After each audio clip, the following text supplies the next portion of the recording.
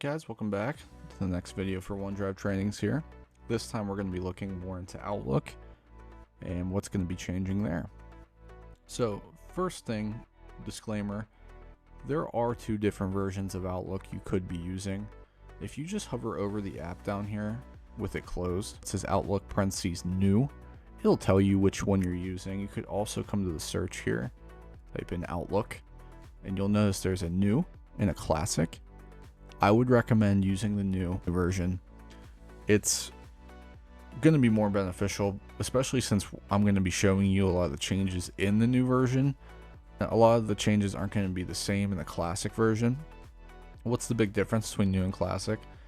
The only thing you really need to know is that classic is going away eventually. So you may as well, while we're going through these trainings, just start getting used to using the new version if you aren't already. I think a lot of you, probably about 90% of you, should be using the new version.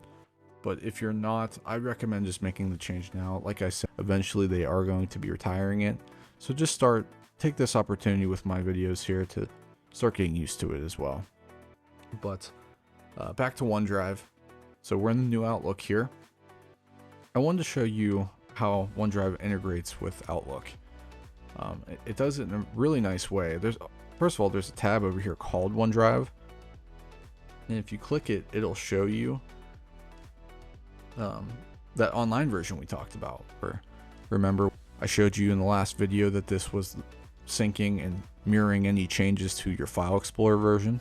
You can access it over here in Outlook as well. But that's not the big change. The big change is files. How do we share them? How do we store them? How do we attach them? Stuff like that. So what I did was, James was nice enough to send me some examples here. He sent us some different versions of attachments and files, and we're going to go through how they differ and which ones you should be using at which times. So the first thing he sent us to go over here was a URL. So this is just if I come online and let's say I'm looking at a menu, for example, and I go, oh, I want to send this menu to one of my coworkers. And you copy the URL up here. I don't even need to sign in for this example, but you would copy the URL up here. Let's say it was like McDonald's menu. And then I would hit new email and just paste that URL in here. That's essentially what James did in this first test here. And what that's going to look like is the same as before. You click it and then it will take you right to that website. So in our example, this would take us to McDonald's menu. So that works no differently. Same thing, just a URL being shared through email. And then the next example he sent us is an attachment. Now this is attached the way you guys are probably used to, where you just put a copy of the attachment in and send it over. Now just know if you send it this way, where you put the attachment in and I have to save it to open it and stuff like that, or I could click save to OneDrive like we talked about before. This will put it into this attachments folder. There it is. I already did this one, so there's a second copy of it there, but that's where it'll go. Just know that if you do this way, it's gonna send you a copy of this file. It's not gonna be the original. So if James sent me an Excel sheet he was working on and he wanted me to make changes and send it back to him, just know the version that he has is the original and I won't ever get to touch that. He'll just send me a copy. I will make changes to the copy and I'll send that copy back to him. It'll be a completely different version. Is there a way to work on the original? You might be wondering. There is. Let's move on to that now. If you share a link to the original, now granted it has to be stored in your OneDrive. You have to be the owner to share it, or at least have access to share it. And we'll go over access in 1 second. But this is how you can send people the original file. And what's nice about sharing the original file is that multiple people can work on that file since it is the original copy in real time. And I'll show you guys later an example of that. But just know it's really nice.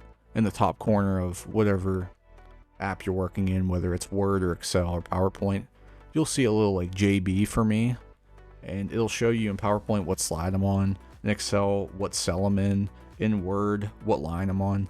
So, and you can, if I start typing in like hello, you'll see it appear on the screen in real time. So it's really nice to have multiple people working on the same file at once. I'm sure everyone watching this video can find some value in that. But there are some things you want to be careful with, and it was really nice that James let me know what this link access is. He said this link is read-only accessible. So if I open it, but like you can see here, it just sends me straight to the original document. And if you come up here and click share and go to manage access, you can get a little summary of the access of this file. So I can see that James is the owner and that this was the link shared to me. And you can make groups. There's all sorts of stuff you can do for the access portion of it. But the big thing I wanted to let you guys know is whenever you are sending over a link to an original, make sure you check what access you have for that file. If it's something that you want somebody to work on, make sure that you send them edit access. By default, for security reasons, it's going to be defaulted to read-only access. That way, if you were to accidentally send it to somebody that shouldn't get it, they can't make changes to the original. That's the easiest way to do it, is just make sure by default everyone has read-only access. So if you want them to edit, you're gonna have to change that. But before I show you that, just remember this is a really nice idea to just say what access is this link has, so that there's no confusion with it. That's going to be one of the big changes, is the access. But let's say I want to send James something that I want him to just look at. For example, come into my document, say this reimbursement form. I want to send this to James, right? So what do I do? How do I send it to James? Same as you've always done. New email. We type in his name, James Evans. Just type in test, and then we'll come up here, and you'll have two options now.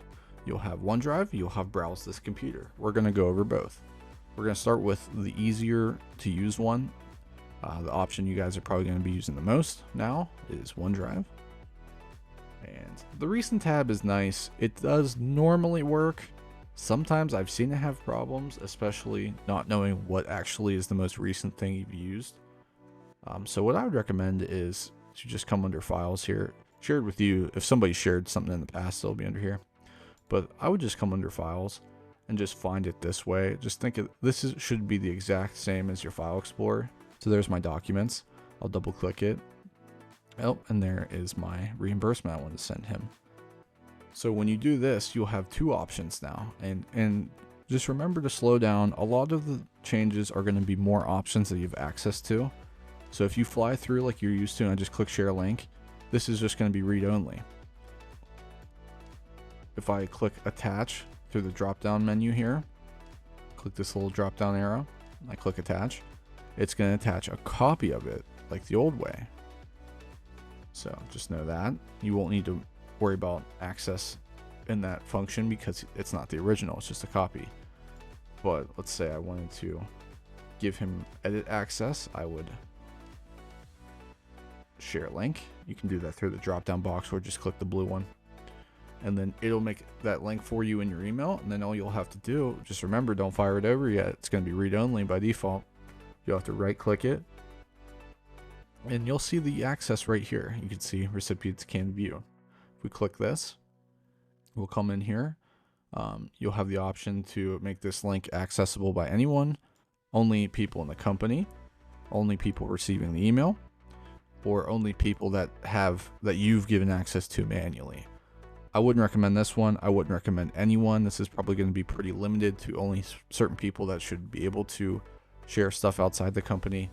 So what I would do is I would just leave this on recipients of this message. So anyone who gets this email will have this access. Anyone that uses that link in that specific email you're sending will get this specific access. And we'll come down here and here's your access options. You have can't edit, can view, can't download. Can't edit, of course, that person can make changes to the original copy. Remember that. Original copy changes. So if I come into something very important and you sent me an original copy of like an audit and I accidentally hit my keyboard and added 2 extra zeros to it, it would be the original. So just be careful with that. That's why can view is a thing. If people need to see, but you don't want them to mess something up with it, you give them can view access, just so they can see and get what they need, but they can't make changes. Can't download functions the same as can view. It's no edit access, but the additional piece of it is the person you're sending it to can also not download it. Why would that be important? There's some cases where you want to send sensitive information to somebody, maybe like DHS needs something from a client, some client information, but we don't want them to download it and store it in their hard drive, or we can't manage it. We'll send it over to them with can't download access, so they can view and see what they need, but at no point in time can they take a copy of it for themselves. So that's what that's for. You guys, 95% of you won't have to worry about can't download. It's just can't edit or can't view. I said I wanted James to edit this, so I would click can edit. I would click apply. It would change the link, not visually, but the back end of the coding for the link would change, allowing him to have access to edit, and we'd send it on over. And that is it for the Outlook stuff. One more thing I wanted to go over real quick is what does it look like when you share access to somebody? It looks like this. It'll send him an email knowing that he's been added to share access for this folder, and if I click open, it'll just take us there.